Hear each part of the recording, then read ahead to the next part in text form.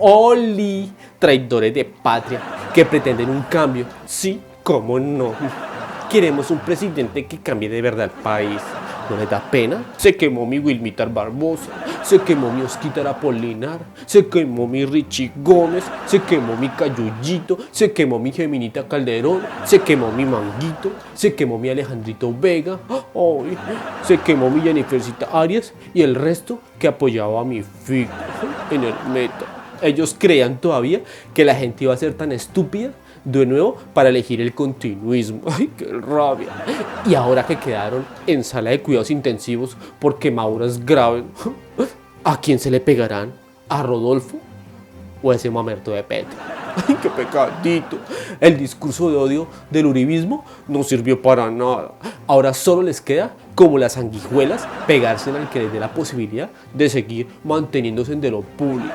Rodrigo y yo votaremos por Rodolfo y por Marilén el próximo 19 de junio. Ay, pero antes mi Fico decía esto. De nosotros 5, ¿quién es el único que en los próximos días tiene una audiencia en la Fiscalía por corrupción? Vos. El único. ¿Sí o no? Rodolfo, es que uno no puede, yo lo que he dicho es que la política no puede cambiar las personas. Allá en el auditorio nos saludabas, nos abrazabas. Y acá te parecemos despreciables. Yo no tengo un solo acto de corrupción. Entonces, lo que es a mí, me respetás. A mí me respetás. Y el único que tiene hoy un escándalo de corrupción que está siendo investigado por la Fiscalía, en el que está incluida una persona de tu familia, sos vos. No entiendo. Antes el viejito era todo un corrupto sin escrúpulos para ellos, pero ahora es la mejor opción para aliarse.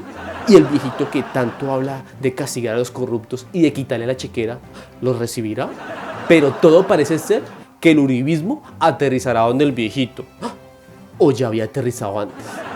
Porque el uribista pura sangre, José Obdulio Gaviria, confirmó que el viejito era una de sus fichas. Vamos con José Obdulio Gaviria, que es uno de los alfiles del Centro Democrático, uno de los grandes perdedores, por supuesto, de esa contienda. Doctor José Obdulio, gracias por estar con nosotros. Su reacción. Pero ¿por qué perdedores? No, yo no me siento perdedor realmente. Porque pasó a segunda vuelta el archirrival del Centro Democrático, que es Gustavo Petro, y un hombre completamente distinto por fuera de lo que ha representado el establecimiento en los últimos 20 años, porque además es la primera vez en una contienda donde Álvaro Uribe no aparece en la plaza pública en los últimos 20 años. Su reacción, y lo escuchamos. Pero también pasó Rodolfo Hernández. En el Centro Democrático estuvieron divididas las preferencias entre el candidato Federico Gutiérrez y el ingeniero Hernández.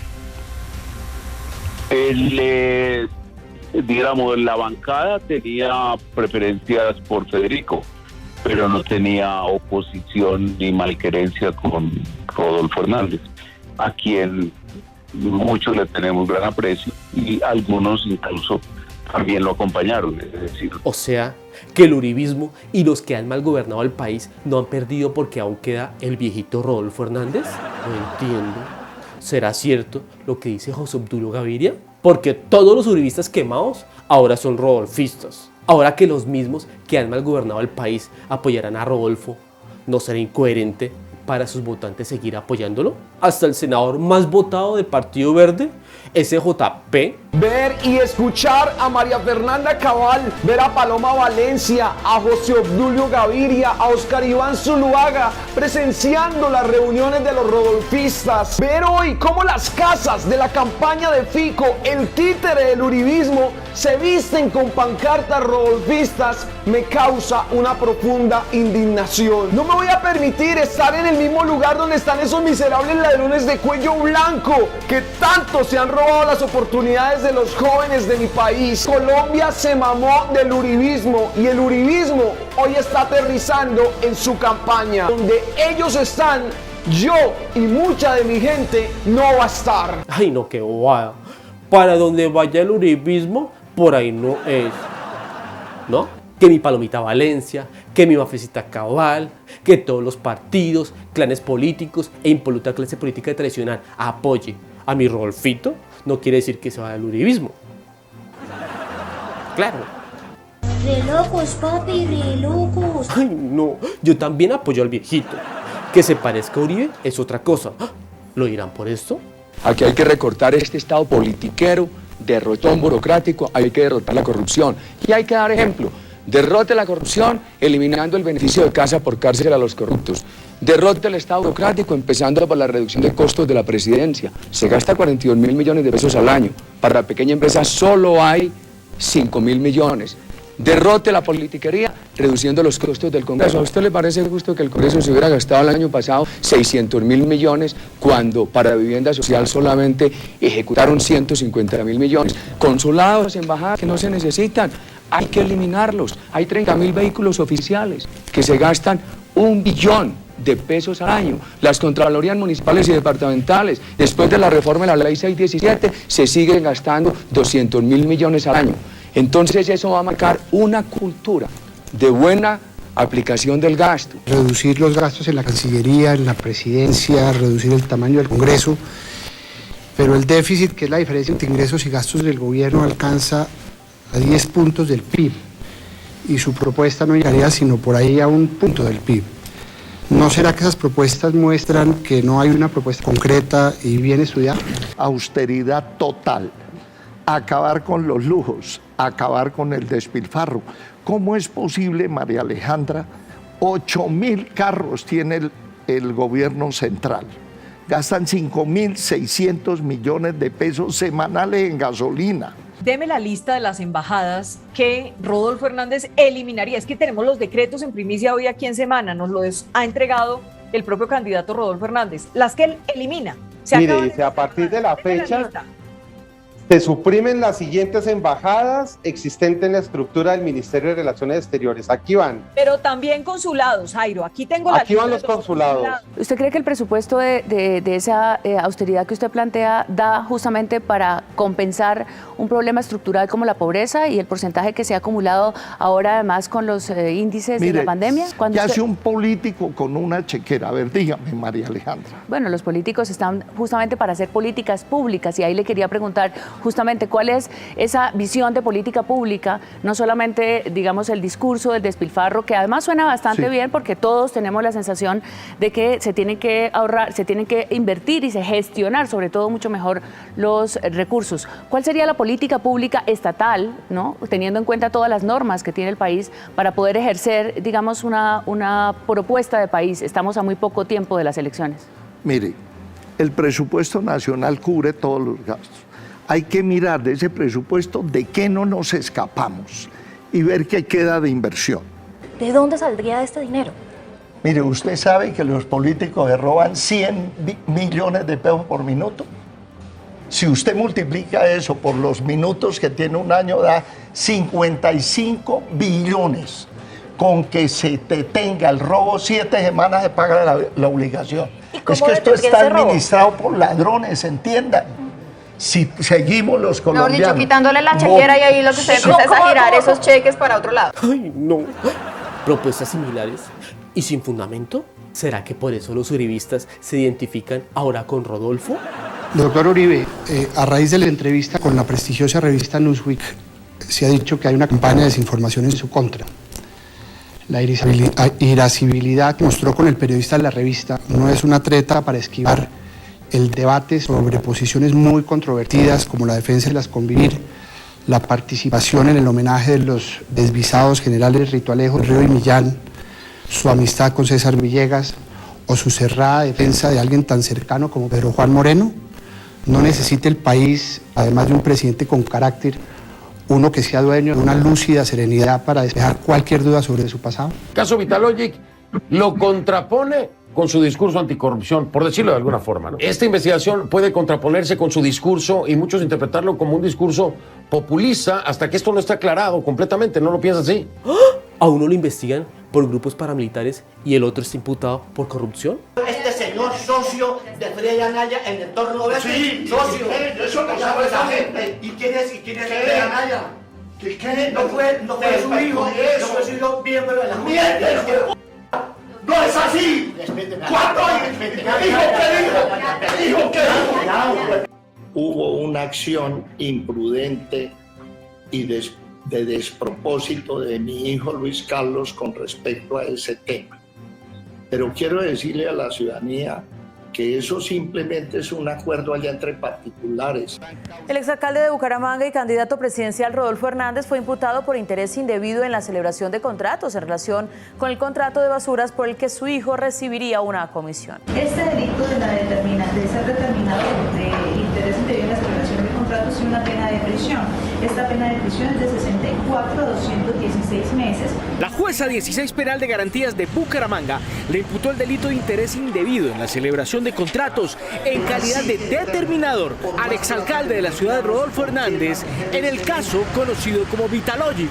No acepto los cambios. El caso Vitalogic se trata de un contrato para disposición de basuras a 30 años cuya suma podía superar los 600.000 millones de pesos y en el cual su hijo Luis Carlos recibiría una millonaria comisión si este era entregado al oferente interesado. Las anomalías alrededor de dicho contrato fueron denunciadas por exfuncionarios de la empresa de aseo de Bucaramanga, quienes aportaron audios en los que el exalcalde los presionaba para validar la propuesta del consorcio extranjero. Acéptele la hijueputa de esa garantía.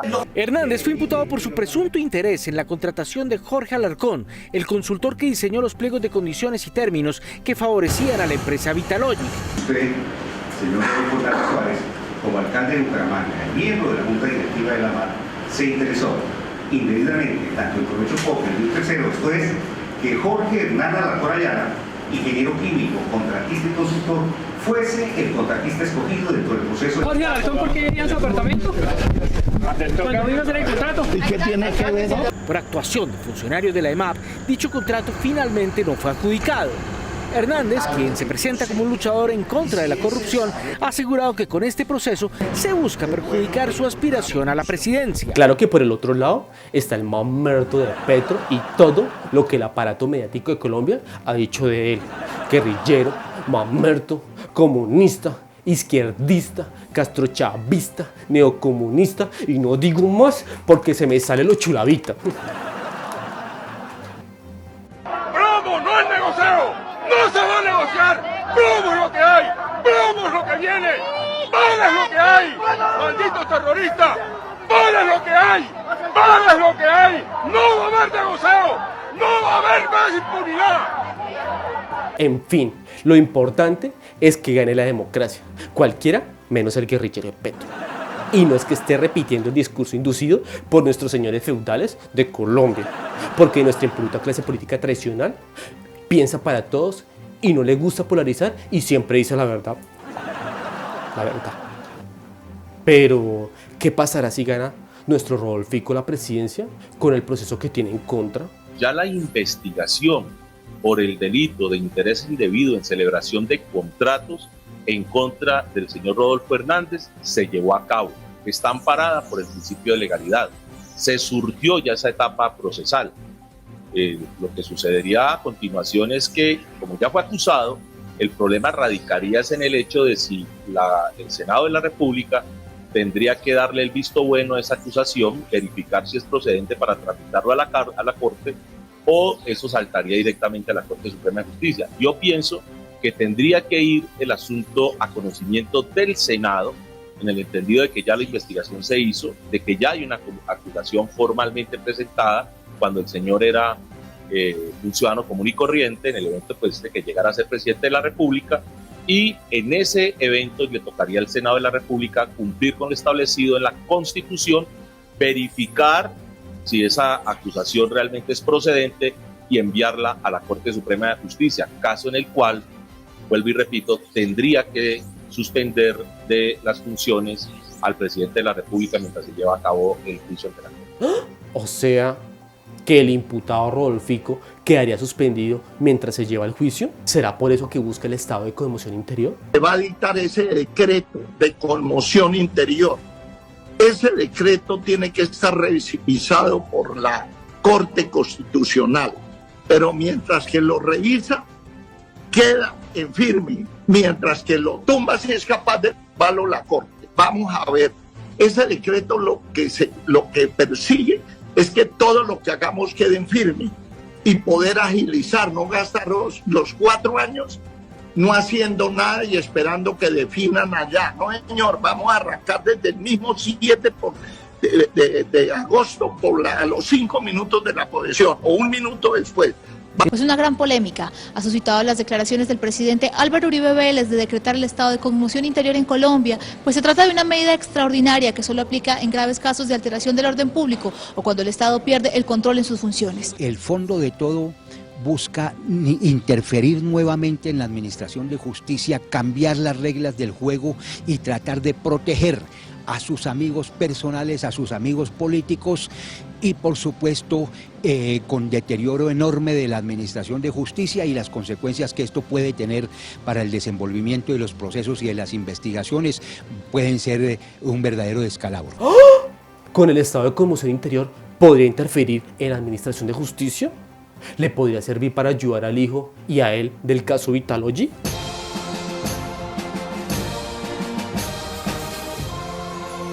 El personaje de la semana es mi presidente Duque en la alfombra roja, como si se tratara de una premiación de un Oscar. Ay, claro que por ser protagonista de la película El Rey León se merece uno.